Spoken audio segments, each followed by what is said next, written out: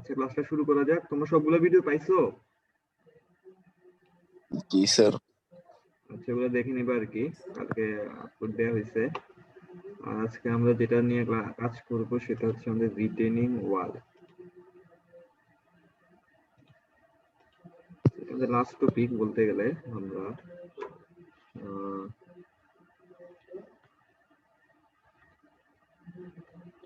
তো আজকে আমরা নতুন একটা টপিক নিয়ে পড়বো, যেটাকে আমরা বলতেছি হচ্ছে আমাদের রিটেনিং ওয়াল। মোটামুটি আমাদের 3টা ক্লাস লাগবে এটা আমাদের পুরোপুরি শেষ করতে আর কি, মানে এই উইক প্লাস হচ্ছে নেক্সট উইকে হতে একটা ক্লাস যদি আমরা ক্যান্টিলিভার সহ আমরা পড়ি। ঠিক আছে, আজকে আমি যে ডিজাইনটা শিখবো সেটা হচ্ছে রিটেনিং ওয়ালের বেসিক কিছু আলোচনা করবো। রিটেনিং ওয়ালের খুব একটা ক্লাস নিব না।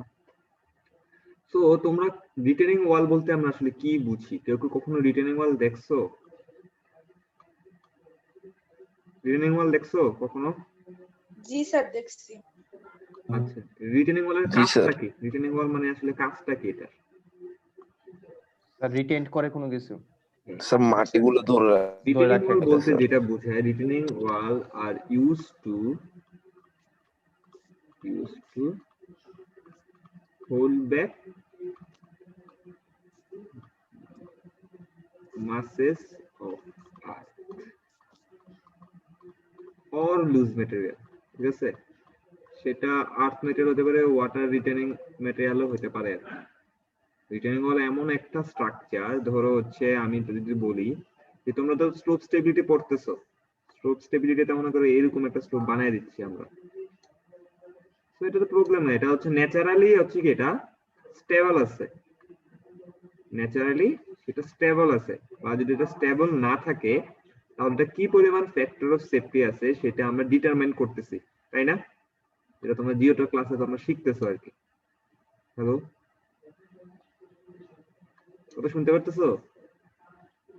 জি স্যার, শুনতে পারতেছি। স্যার শুনতে পারতেছি। যদি এমন হয় যে আমাদের একটা স্ট্রাকচারের আমাদের মাটিটা কাট করা লাগবে হচ্ছে এইভাবে, এভাবে মাটিটা কাট করা লাগবে, ঠিক আছে?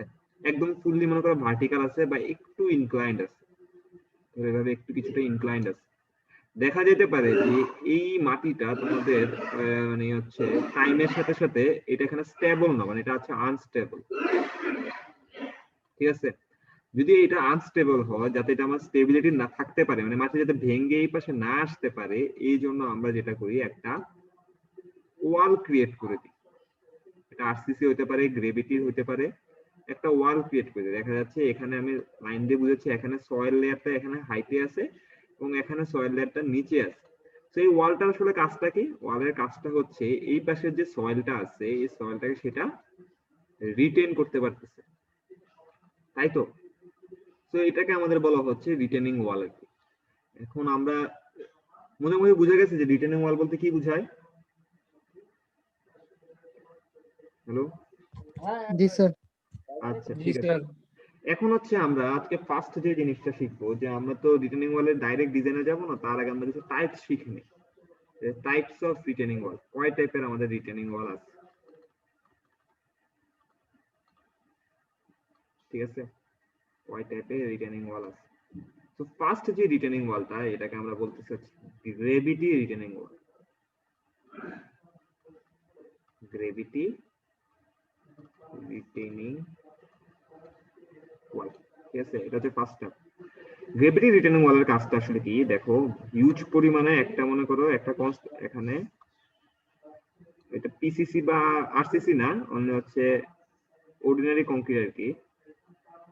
প্রথম সিমেন্ট কংক্রিট দিয়ে হচ্ছে একটা কাস্টিং করা থাকে, একটা হিউজ ভলিউমের থাকে।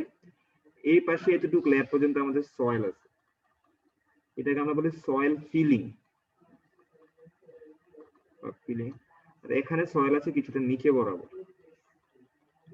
এবং এখানে কোনো রকম নো রেইনফোর্সমেন্ট, এখানে আমরা কোনো রেইনফোর্সমেন্ট আমরা ইউজ করি না। এই টাইপের রিটেনিং ওয়াল, যেটা এই যে টাইপের রিটেনিং ওয়ালটা, এই রিটেনিং ওয়াল এখানে স্টেবল কিভাবে থাকে?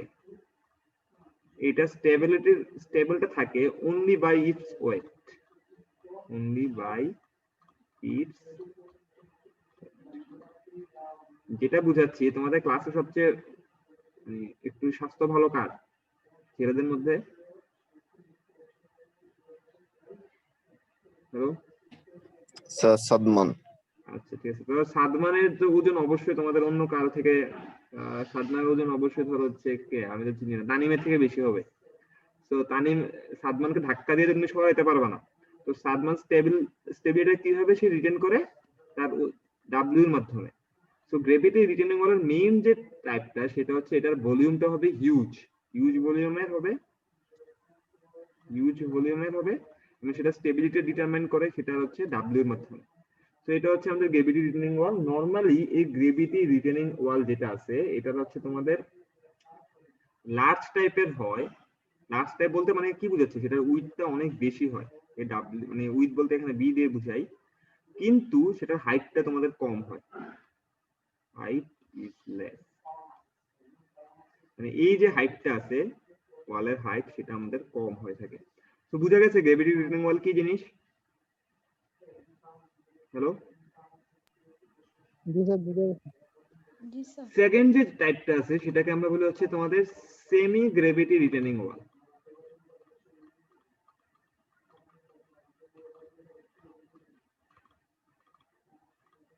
সেকেন্ড টাইপটাকে আমরা বলতে চাচ্ছি সেমি গ্রেভিটি হচ্ছে একটা রিটেনিং ওয়াল।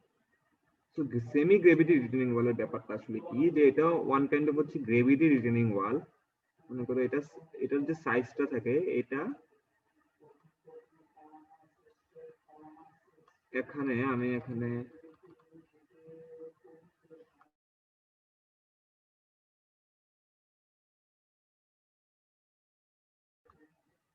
তো এখানে মনে করো এখানে সয়েল আছে আর এখানে জাস্ট এই লেয়ারে সয়েল আছে। তো সেমি গ্রেভিটি রিটেনিং ওয়াল যেটা হয় যে এটা সাইজটা তোমাদের গ্রেভিটি রিটেনিং ওয়ালের তুলনায় হচ্ছে রিডিউস থাকে, এবং এইটার যে আউটার সারফেস, এই আউটার সারফেসে মিনিমাম রেইনফোর্সমেন্ট ইউজ করা হয়, মিনিমাম অ্যামাউন্টের রেইনফোর্সমেন্ট ইউজ করা হয়। সো এটাও হচ্ছে তোমাদের স্টেবিলিটিটা ডিটারমাইন করে কিভাবে, কিসের মাধ্যমে, সেটা হচ্ছে স্টেবিলিটি ডিটারমাইন করে তোমাদের ডাব্লিউর মাধ্যমে, যে কি পরিমাণ সেটার ওজন আছে এটার মাধ্যমে হচ্ছে এই রিটেনিং ওয়ালটা তার স্টেবিলিটি ডিটারমাইন করে। সো এখন 3 নাম্বার যে টাইপ, আমরা যদি দেখি একবার 3 নাম্বার টাইপটা আসলে আমাদের কি। এখন সেমি গ্রেভিটি বললাম, একটা হচ্ছে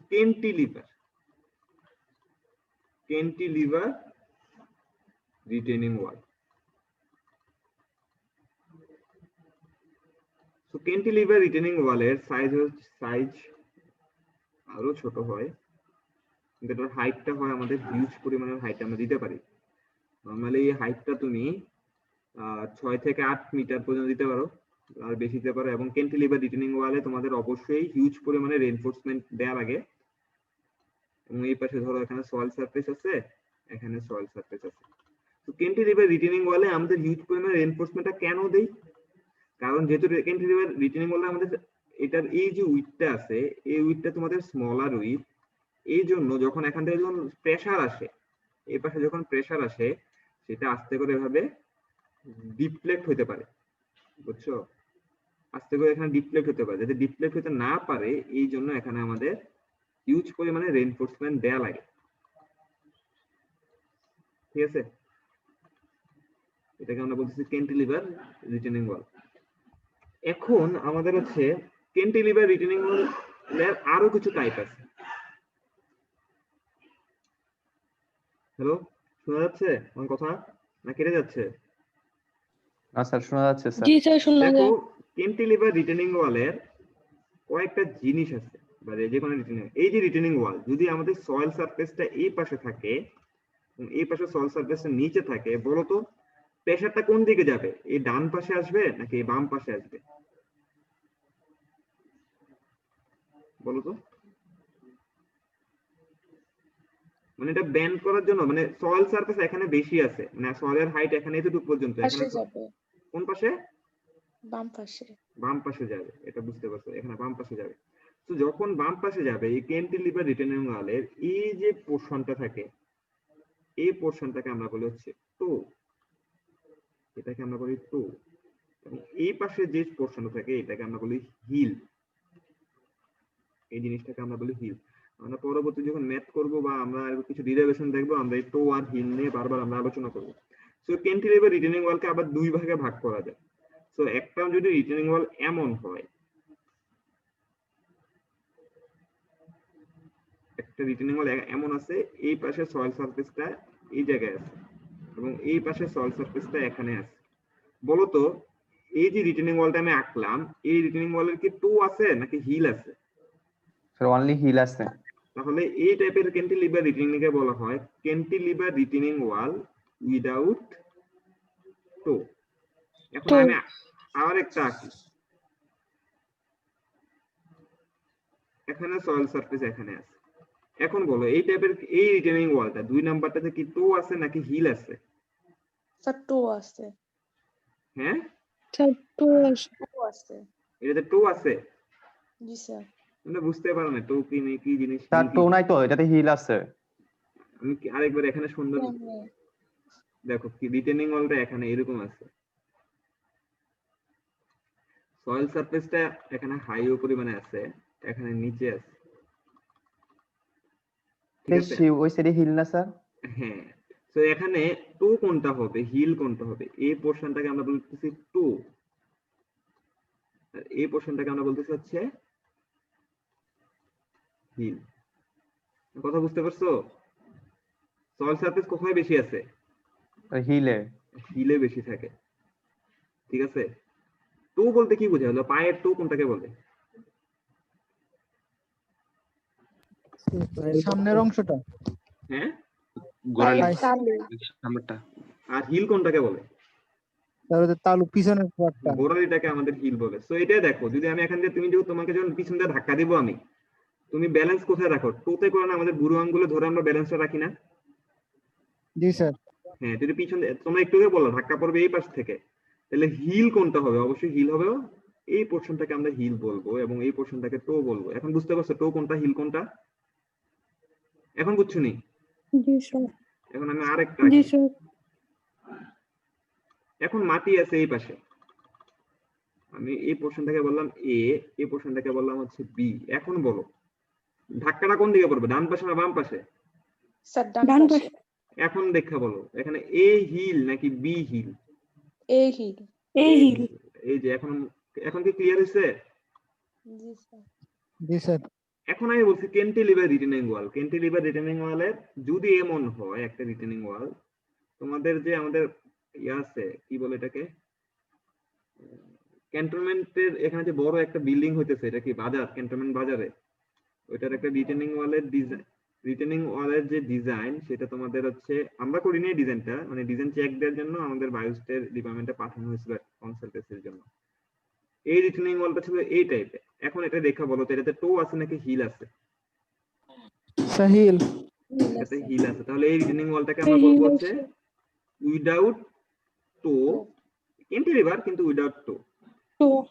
এখন আমাকে এটা দেখে বলো এটা কি?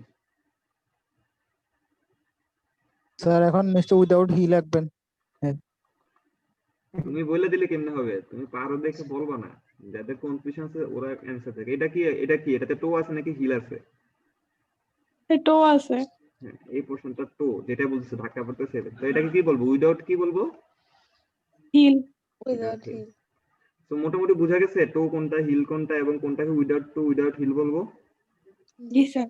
আচ্ছা, এখন এটা ছাড়াও আরেকটা রিটেনিং ওয়াল আছে যেটাকে আমরা বলি হচ্ছে কাউন্টার ফুট রিটেনিং ওয়াল।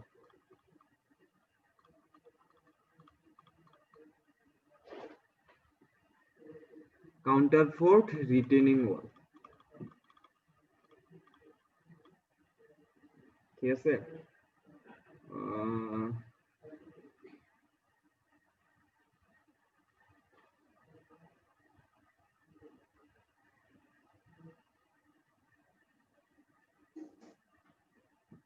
এখন কাউন্টার ফোর রিটেনিং ওয়ালটা আসলে কি জিনিস? ধরো অনেক সময় রিটেনিং ওয়ালের কিন্তু উইথ যেটা বলতেছি আমি, একটা রিটেনিং ওয়াল একটু আঁকার চেষ্টা করি। এখানে একটা রিটেনিং ওয়াল আসলাম,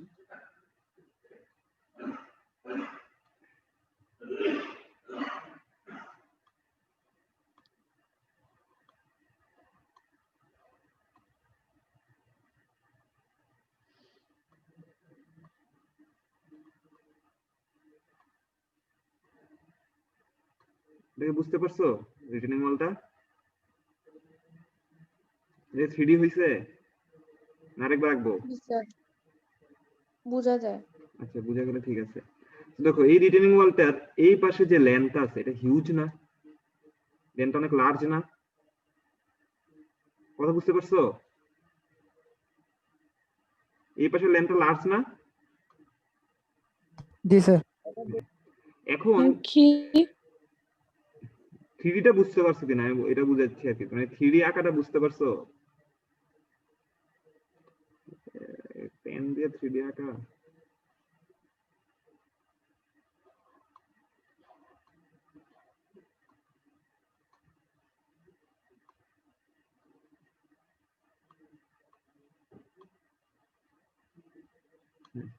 বলতেছি এই রিটেনিং যে ওয়ালটা আঁকলাম এই বরাবর যে লেন্থটা আছে এটা হিউজ না হাইটের তুলনায়? জি স্যার।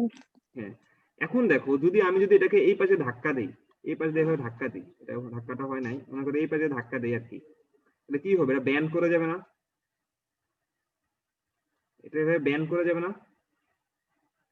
হ্যাঁ। কারণ কি এখানে অনেকজন মনে করো তুমি 10 জন মিলে ধাক্কা দিতেছো, অনেকগুলো ফোর্স, তো এখানে একটা ফোর্স আসবে, এখানে ফোর্স আসবে, ফোর্স আসবে, ফোর্স আসবে, তো জিনিসটা কি হবে? ব্যান্ড হয়ে যাবে।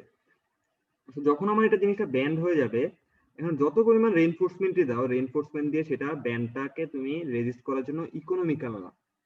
তো এই জন্য আমরা যেটা করি এখানে একটা কাউন্টার ফোর্স দিয়ে দেই। কাউন্টার ফোর্স জিনিসটা আসলে কি? মনে করো এখানে একটা জিনিস আমি এখানে আঁকার চেষ্টা করি একটু।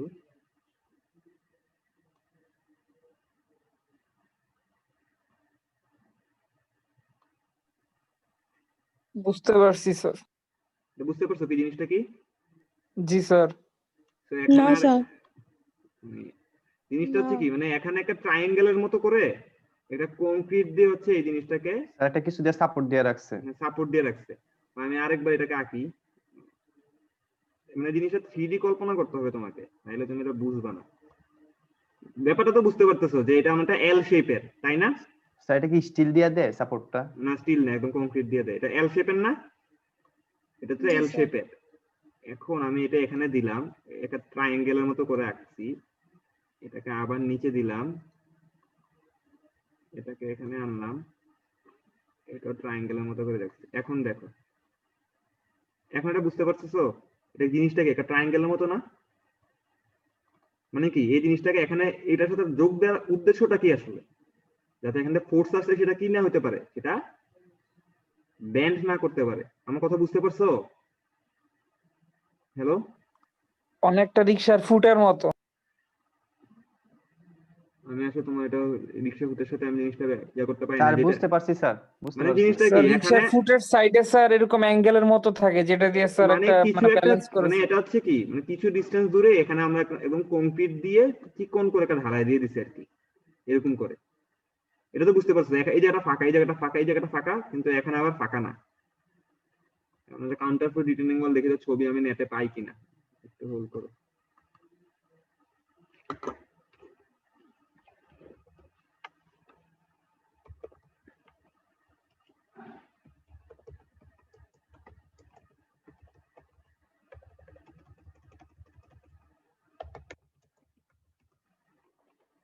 কাউন্টার ফর, এই যে এখন এটা দেখলে বুঝতে পারবা, পাইছি।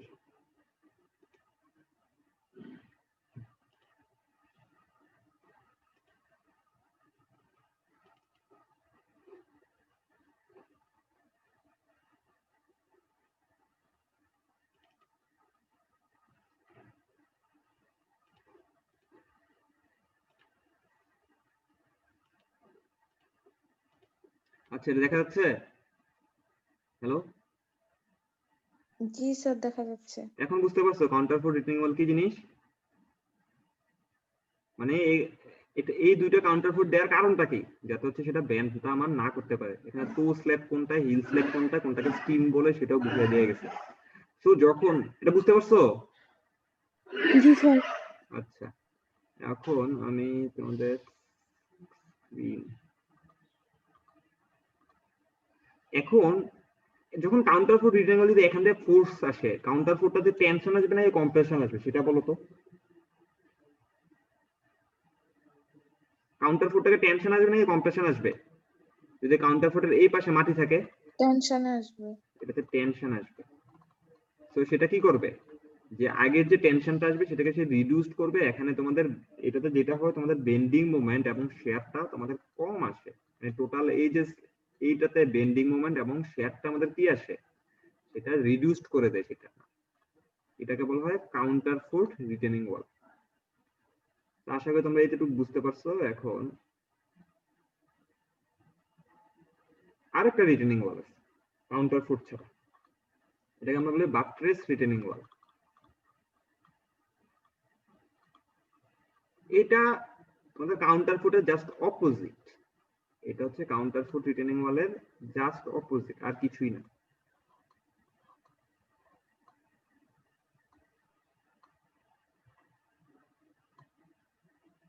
আচ্ছা,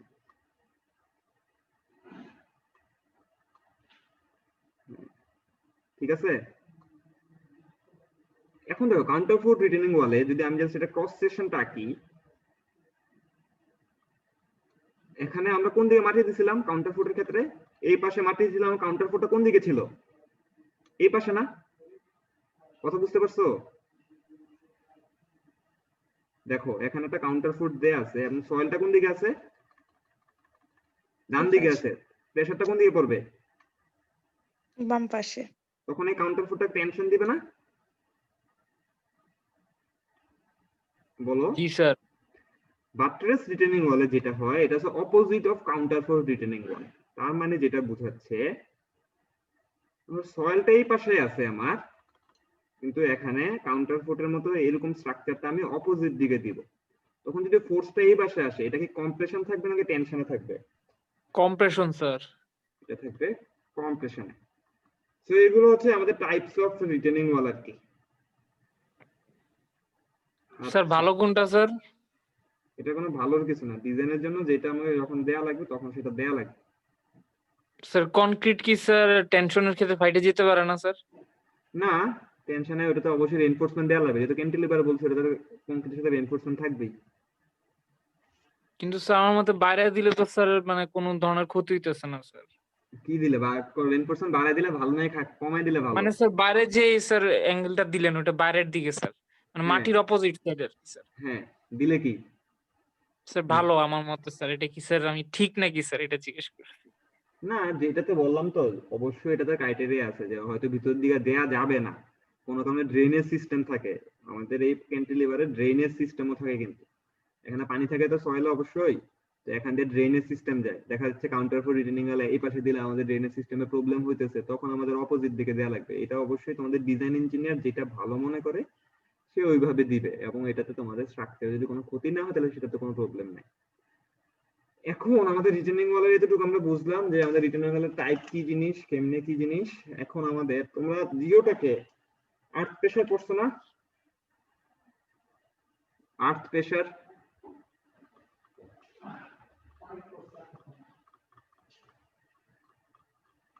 পড়ছো? অ্যাক্টিভ আর্থ প্রেসার, প্যাসিভ আর্থ প্রেসার কি?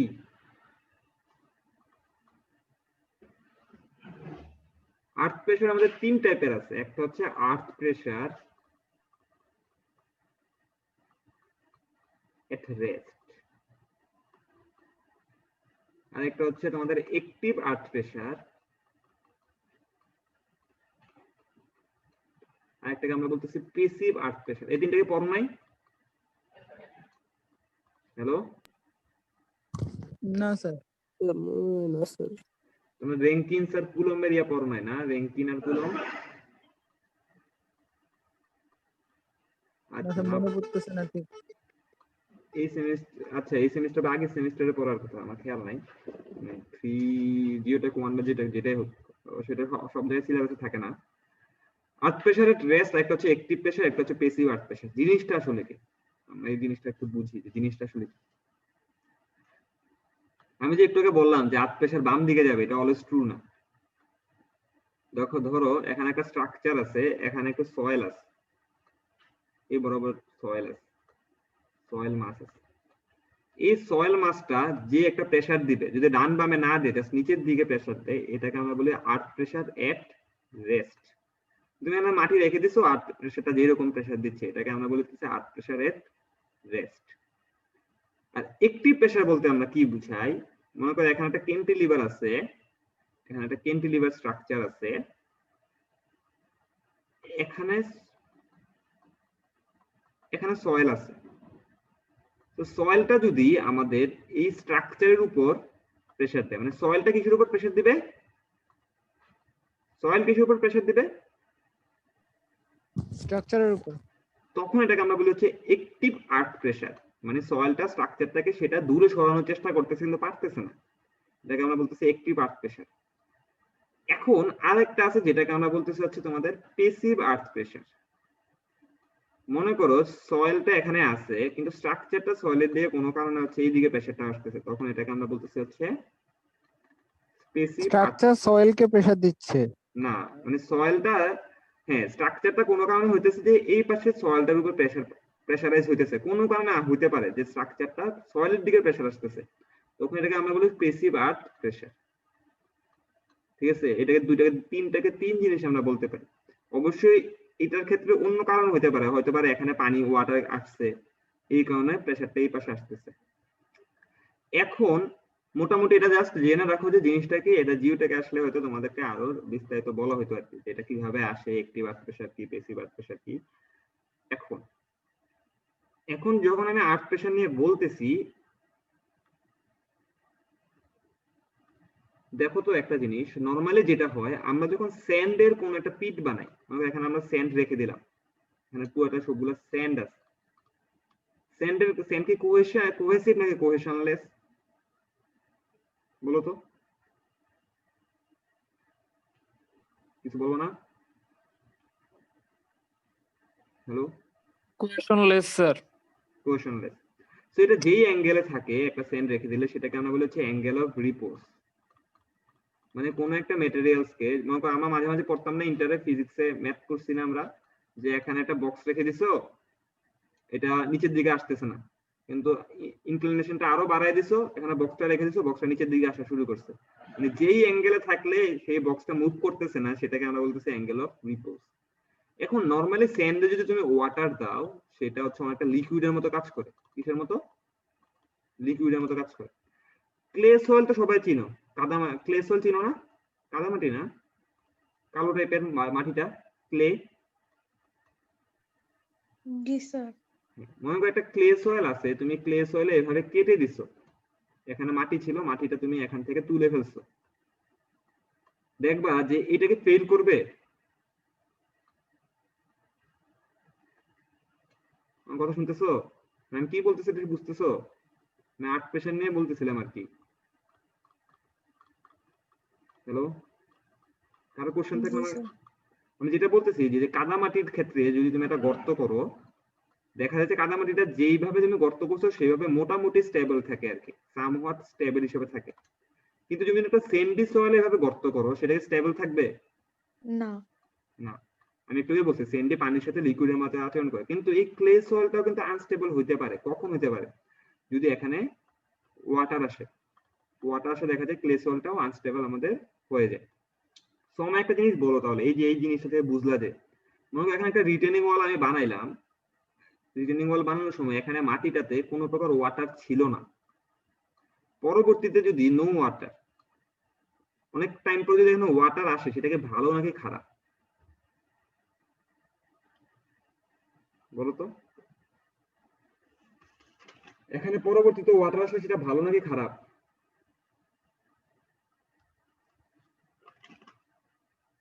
হ্যালো, স্যার খারাপই তো মনে হয়।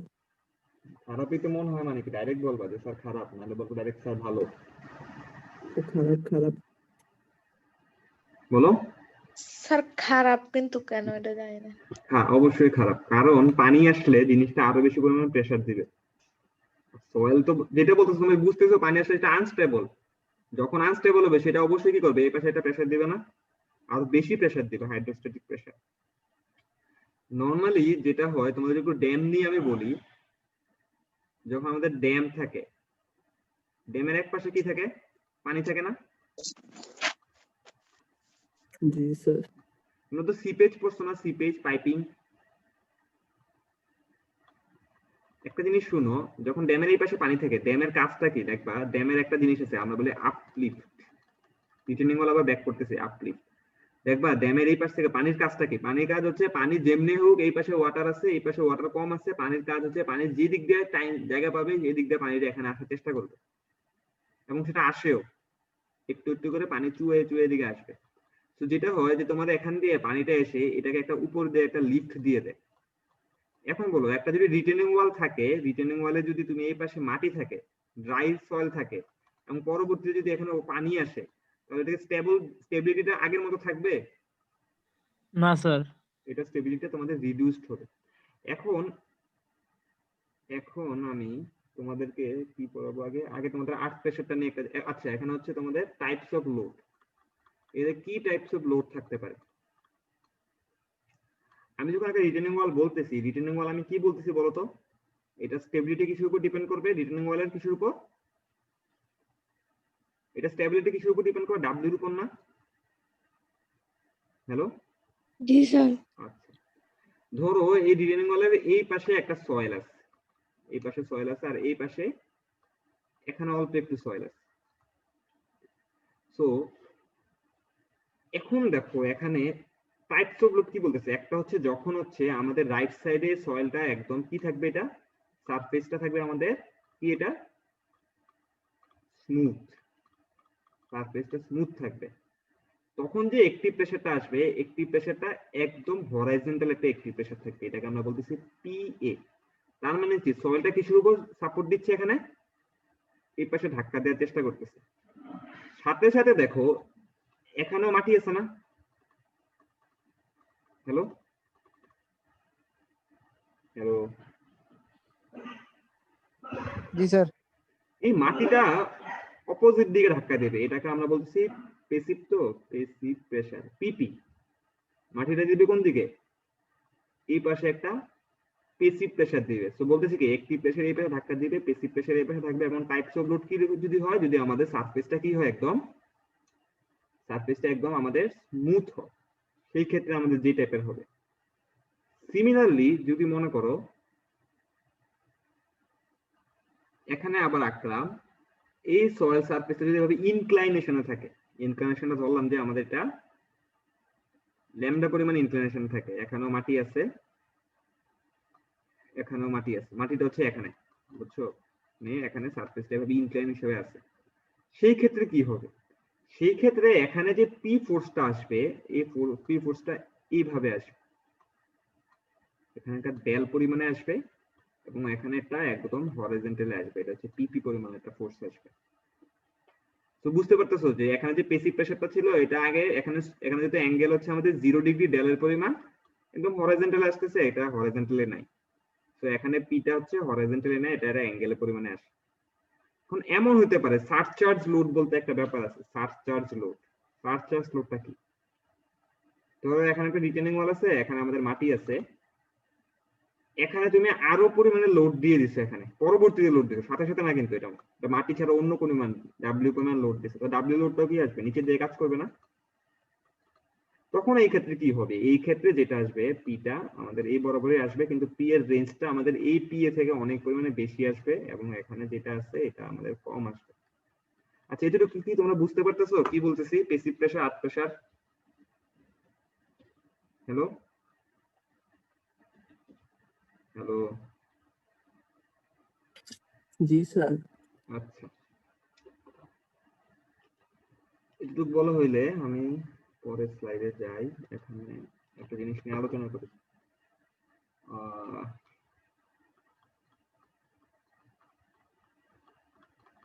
আর্থ প্রেসার,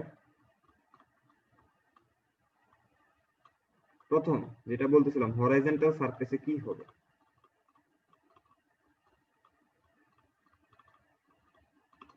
হরাইজন্টাল সারফেসে আমাদের আর্থ প্রেসারটা কি হবে? এখানে একটা ড্যাম আঁকলাম আমি, এটা রিটেনিং ওয়াল আঁকলাম, সরি রিটেনিং ওয়াল আসলাম, এখানে আমাদের সয়েল সারফেস আছে, এটা পুরোটা এরকম। এখন তোমার প্রেসার ডিস্ট্রিবিউশন পড়ছো না? এই পাশে যদি তোমাদের পানি থাকে, এটা প্রেসার ডিস্ট্রিবিউশন যেরকম ইনক্লাইনেশন হয়, এটা পড়ছো? হ্যালো, জি স্যার, ওই যে কি এটা মনে আছে? তানভীর স্যার পড়াইছিল মনে হয়। হ্যাঁ, এটা প্রেসার ডিস্ট্রিবিউশন, এরকম যে ইন্টারন্যাশনাল প্রেসার ডিস্ট্রিবিউশন হয়। তো দেখো এখানে আমাদের সয়েল আছে, তো সয়েল থাকলে যেটা প্রেসার ডিস্ট্রিবিউশনটা হবে এইরকম। এটা হচ্ছে সয়েলের প্রেসার ডিস্ট্রিবিউশন, এবং এই পাশের যে এতটুকু অংশ, এটা তো আমাদের হাইট, এরকম টোটাল হচ্ছে আমাদের হাইট। এতটুকু অংশটাকে আমরা বলতেছি কে এ এইচ ডাব্লিউ ইন্টু হচ্ছে আমাদের এইচ, ঠিক আছে? তো এখানে যে পি ফোর্সটা আসলো, পিটা হবে কি আসলে এ ট্রায়াঙ্গেলের এরিয়া, এই ট্রায়াঙ্গেলের এরিয়াটা কত, হাফ ইন্টু কত, K A H W H into কত, এইচ। এখানে হচ্ছে প্রত্যেকটা, এখানে কোনটা আসলে আমাদের কি জিনিস, এটা আমাদেরকে আমাদের আসলে সরি, এখানে দুইটা ছোট হাতের এইচ লিখে ফেলছি, দুইটা আমাদের বড় হাতের এইচ হবে। কোনটা আমাদের এখানে কি জিনিস এটা আমাদেরকে একটু বুঝা লাগবে আর কি। এখানে কে এইচ বলতে আমরা কি বুঝাচ্ছি, আর কে বলতে আমরা আসলে এখানে কি বুঝাচ্ছি। এখন দেখো এখানে কে এইচ বলতে আসলে এখানে কি, এইচটা হচ্ছে আমাদের height, height of the retaining wall, ঠিক আছে? ডাব্লিউটা আসলে কি, ডাব্লিউটা হচ্ছে আমাদের ওয়েট, এই সয়েলের ইউনিট ওয়েটটা আমাদের কত। আর এখানে কে এ এইচ, এই জিনিসটা বলতে আমরা আসলে কি বুঝাই, তাহলে একটু গোল করো।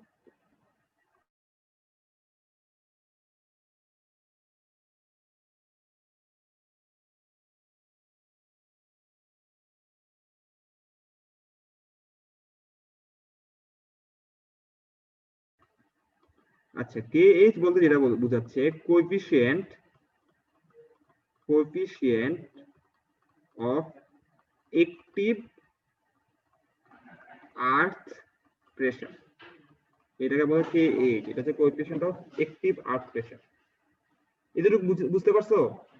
হ্যালো, স্যার আচ্ছা।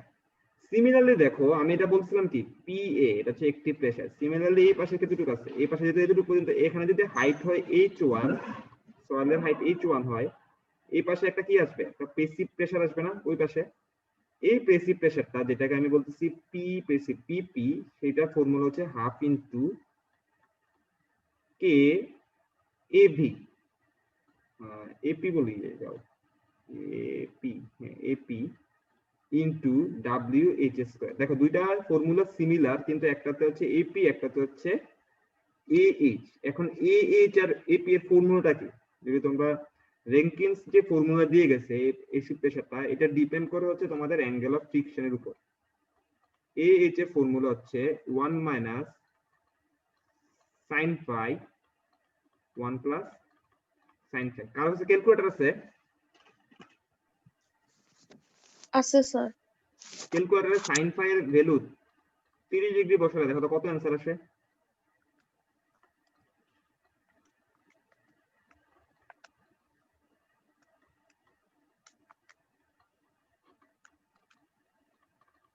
স্যার 0.33 0.33। এখন 0.33 আসে, একটা জিনিস দেখানোর জন্য এটা বলতেছে। এখন এটার দাম 10 ডিগ্রি বসো, এখন কত আসে দেখো।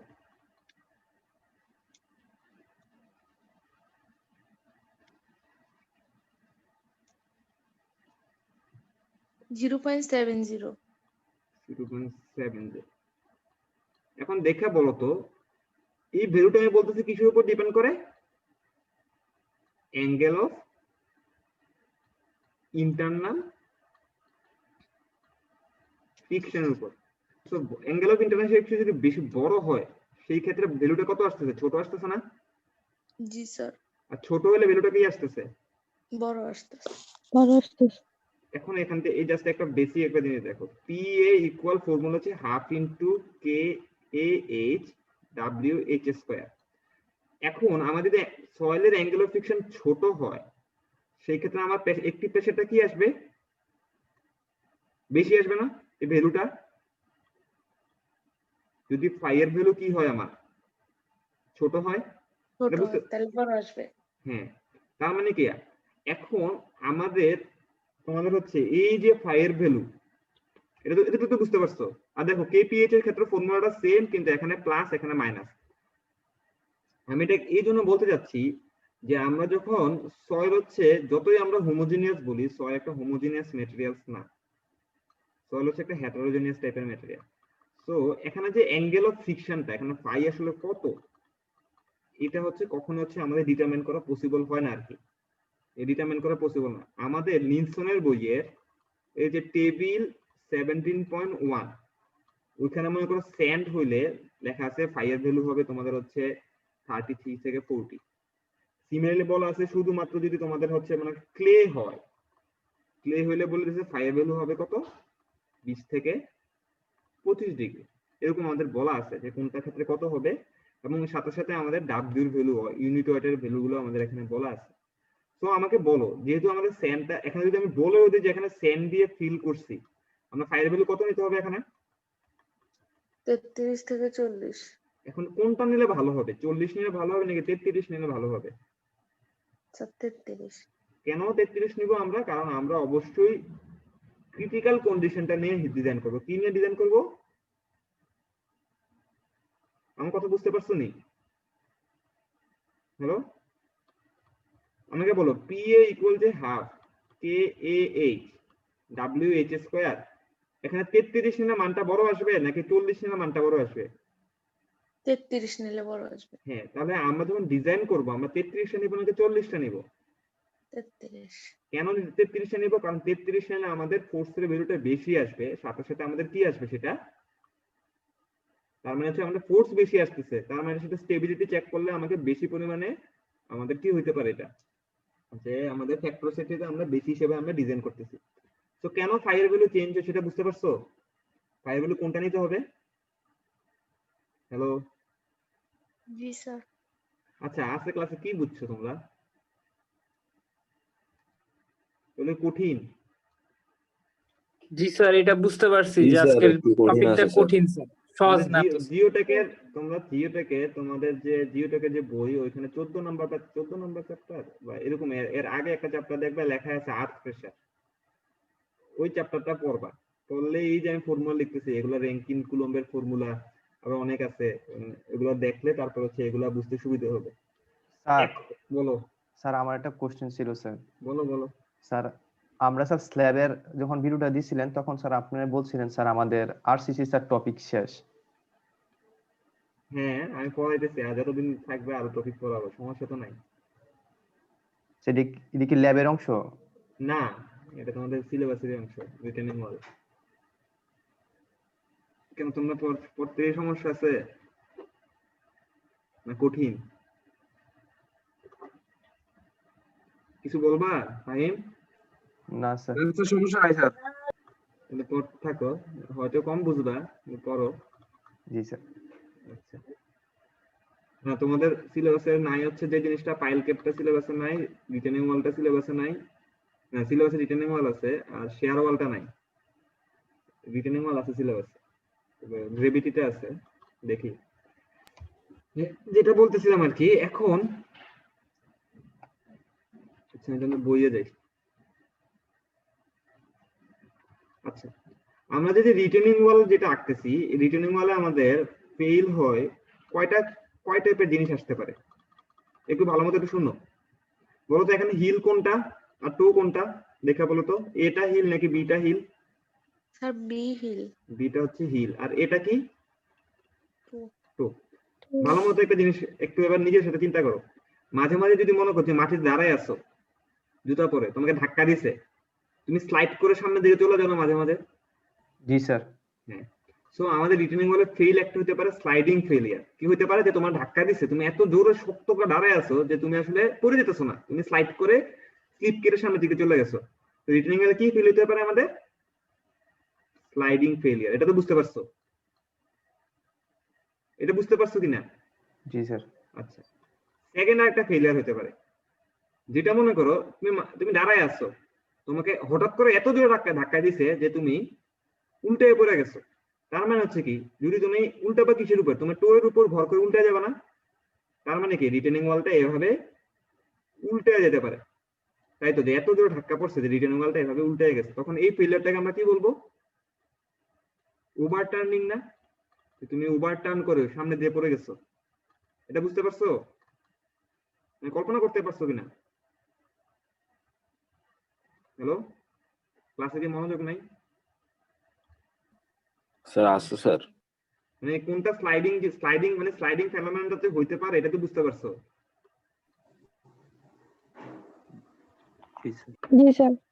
এটা হতে পারে কি তোমার ধাক্কা দিয়েছে, তুমি একদম সামনের দিকে পড়ে গেছো, তখন জিনিসটাকে আমরা কি বলতেছি, সেটাকে ওভারটার্ন বলতেছি। মানে তোমার পিছন দিয়ে ধাক্কা দিয়েছে, তুমি সামনের দিকে পড়ে গেছো, ওভারটার্নিং ফেল হতে পারে। আরেকটা কি হতে পারে, ধরো তুমি একটা কাদা মাটিতে দাঁড়ায় আছো বা নরম মাটিতে দাঁড়ায় আছো, তখন কি হবে বলো তো? আস্তে আস্তে নিচের দিকে চলে যাবে না? দেবে যাবে। তখন এটাকে আমরা বলতেছি স্যার। যে বেয়ারিং ফেলিয়ার। ঠিক আছে, বেয়ারিং ক্যাপাসিটি ফেলিয়ার আসে। সো দেখো, একটা রিটেনিং ওয়ালে কয়টা ফেলিয়ার হতে পারে? একটা স্লাইডিং ফেলিয়ার হতে পারে, একটা ওভারটার্নিং হতে পারে, একটা বেয়ারিং ফেলিয়ার আসতে পারে। সো কয়টা ফেলিয়ার আসতে পারে সেটা বুঝতে পারছো? স্লাইডিং, ওভারটার্নিং, একটা বেয়ারিং ফেলিয়ার। এখন আমরা দেখি কি আছে। ক্লাস কি বোরিং? স্যার আরো দেখাবেন। এটা তো স্যার আরো দেখবো স্যার। অনেক বড় একটা স্যার শেষ করে দেন না। স্যার স্যার এগুলো কঠিনও এতগুলো। স্যার প্লিজ স্যার আজকে স্যার শেষ করে দেন স্যার। স্লাইডিং ফেলিয়ার, হ্যাঁ এটা কঠিন, ঠিক আছে, স্যার নাস্তা খাই নাই স্যার। তবে ডিজাইন করতে গেলে খুবই ইজিয়ার আর কি। স্লাইডিং ফেলিয়ার এগুলো হাতে করতে গেলে খুব মানে ইজিয়ার। দেখো স্লাইডিং ফেলিয়ারটা কি জিনিস? স্যার কোন ফেলিওরটা বেশি দেখা যায় স্যার, স্লাইডিং নাকি স্যার ওভারটার্নিং? কোনোটাই না, সবগুলোর ফ্যাক্টর সেটে 1.5 গুণ থেকে বেশি হতে হয়। কোনোটা বেশি দেখা যাবে কেমনে? ডিজাইনকে বেশি দেখার জন্য করে, ডিজাইন তেমন ভাবে করে যাতে না হয়। এখন দেখো মানে স্যার ইউজ কোনটার ইউজ স্যার বেশি করা হয়? সবাই একটু ভালো মতো দেখো, এখানে আচ্ছা স্লাইডিং কখন হবে আর স্লাইডিং কখন হবে না। দেখো তো, আমাকে যদি তুমি এই যে এখান থেকে এই পরিমাণে পি এ ফোর্স আসতেছে, এ বরাবর পিবি ফোর্স আসতেছে, ঠিক আছে? মনে করো তোমার সবচেয়ে মোটা মানে কে বলছে? সাদমান দাঁড়াই আছে, এই পাশ থেকে মনে করো যে অয়ন ধাক্কা দিচ্ছ, সবচেয়ে তোমাদের কম শক্তিকে তানি এই পাশে ধাক্কা দিচ্ছে। স্যার আমি সাদমান তুমি, আচ্ছা ঠিক আছে, তো এই পাশে স্লাইড করে এসে পড়তেছো। তো দেখো তো এখানে কোন জিনিস কয়টা ফোর্স রেজিস্ট করতেছে, ধাক্কা দিচ্ছে কে স্লাইডিং করার জন্য? অয়ন। মানে ধাক্কা দিচ্ছে পি এ পরিমাণ ফোর্স দিয়ে তুমি ধাক্কা দিচ্ছ। সো তাকে রেজিস্ট করতেছে কে? যে ধাক্কা দিয়ে নাশ হইতে পারে, কে রেজিস্ট করতেছে? পানি। পানির ফোর্সটা কি? পিবি। পিভি। এখন আমাকে যে আমি ধাক্কা দেওয়ার সাথে সাথে আরেকটা ফোর্স আমাকে রেজিস্ট করতেছে, কোনটা বলো তো? আমার ওজনটা না? যার ওজন যত বেশি তাকে ধাক্কা দিয়ে সরানো তত তাকে স্লাইড করা তত ডিফিকাল্ট না? তোমরা দেখো, বড় একটা বস্তা রেখে দিছো মাটিতে, তুমি স্লাইড করে নিতে পারবা না ছোটটা স্লাইড করে নিতে পারবা? ছোটটা। তাহলে দেখো। সো স্লাইডিং এর জন্য দেখো, একটা হচ্ছে অ্যাক্টিভ আর্থ প্রেসার ইকুয়াল কি হতে হবে? W plus PV. মানে আমার ওজনটা রেজিস্ট করবে, সাথে সাথে এই পাশে যদি কিছু পরিমাণ মাটি থাকে তাহলে সেটাও আমাকে রেজিস্ট করতেছে। সো আমাকে তাহলে স্লাইডিং ফিল্ডার কখন হবে না? যদি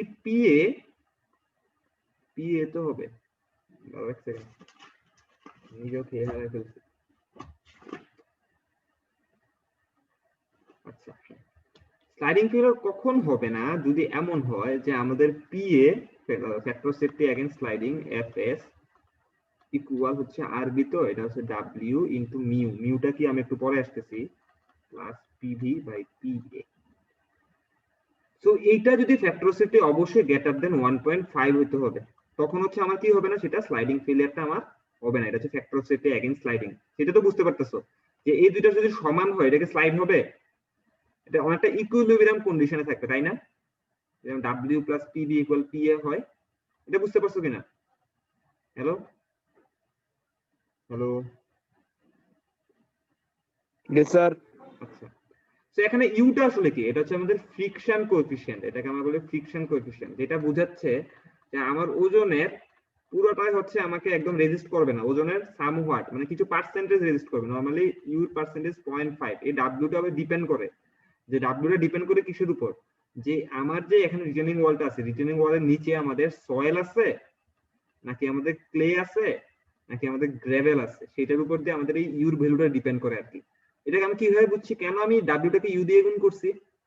সবাই একটা জিনিস, তুমি একটা স্লিপারি সারফেসে যদি দাঁড়ায় থাকো, সাদমান একটা স্লিপারি সারফেসে দাঁড়ায় আছে, সাদমানকে ধাক্কা দিলে সহজে সরে যাবে না?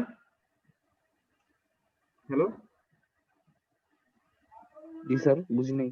আবার বুঝো নাই, আমি বলছি মনে করো সাদমানের ওজন যেটাই হোক, ডাব্লিউ যেটাই হোক, মনে করো একটা বস্তা আছে বা একটা ওয়েট আছে, যদি নিচে সারফেসটা যদি তোমাদের তৈলাক্ত হয় বা স্লিপারি হয়, সেই ক্ষেত্রে ইজিলি ধাক্কা দিয়ে সরানো যাবে না? জি স্যার যাবে। ইজিলি সরবে। কিন্তু যদি মনে করো এটা যদি রাফ একটা সারফেস হয়, রাফ সারফেস, সেই ক্ষেত্রে তুমি ধাক্কা দিয়ে সরাতে পারবা সিমিলার ওজনটাকে? না স্যার। না না, কিন্তু ওয়েট কি দুটো সমান না? ওয়েট দুটোরে কি সমান না? জি স্যার। জি স্যার। এই জন্য একটা মিউ একটা দিয়ে গুণ করি, এটা মিউটা ডিপেন্ড করে কিসের উপর, যে আমার রিটেনিং ওয়ালের নিচে আমাদের সয়েলের টাইপটা কি, সয়েলটা কি আমাদের ক্লে, গ্রেভেল, নাকি আমাদের এটা স্যান্ড। এখন তো বুঝতে পারছো কেন আমি মিউ দিয়ে গুণ করছি, এটা বুঝতে পারছো? জি স্যার। তো আমি স্লাইডিং ফিল্ডের ব্যাপারটা বুঝলাম, এখন হচ্ছে ওভারটার্নিং কন্ডিশন, এটা এখন আজকে দেখাবো। হ্যালো, স্যার না স্যার, আজকে স্যার না স্যার। আর আজকে দেখাই না কিছু। কিন্তু স্লাইডিংটা বুঝতে পারছো তো, স্লাইডিং কখন হবে? জি স্যার। জি স্যার। আচ্ছা ঠিক আছে, আমরা নেক্সট ক্লাসে হচ্ছে আমরা ওভারটার্নিং দেখবো, নো বেয়ারিং ক্যাপাসিটি দেখবো, তারপর হচ্ছে একটা ছোট একটা হচ্ছে তোমাদের ইয়ে আছে, ডিরাইভেশন আছে, ডিরাইভেশন দেখার পরে হচ্ছে আমরা ম্যাথে যাবো আর কি। স্যার ডেরিভেশন গুলো কি স্যার আসবে স্যার পরীক্ষায়? পরীক্ষায় আসবে না, তবে ম্যাথটা মোটামুটি কনসেপ্টটা বুঝতে হলে তোমাকে ডিরাইভেশনটা বুঝতে হবে।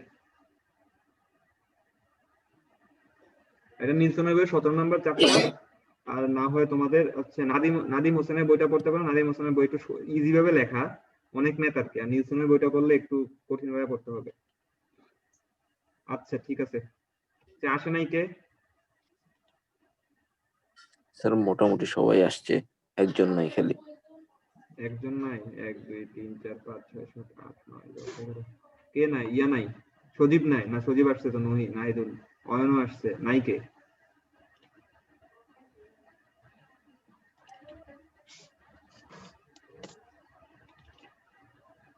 নাই কে? সবাই তো আসছে মানে স্যার দেখে মনে হচ্ছে। আচ্ছা আমি অ্যাটেন্ডেন্সে ডাকি। স্যার তানিম নাই মনে হয়। তানিম নাই স্যার, তানিম। জি স্যার।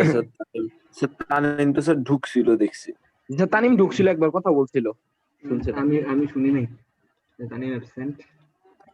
আচ্ছা ঠিক আছে, সবাই সুস্থ থাকো, ভালো থাকো, আমাদের দোয়া আচ্ছা, করবেন, নিজেরও সুস্থ থাকো, ঠিক আছে? আসসালামু আলাইকুম। নেক্সট ক্লাসটা আমাদের জিওটেক হতে পারে, বা নেক্সট ক্লাসটা আমাদের হচ্ছে আরসিসি হতে পারে আর কি, ডিপেন্ড করে। আচ্ছা জি স্যার।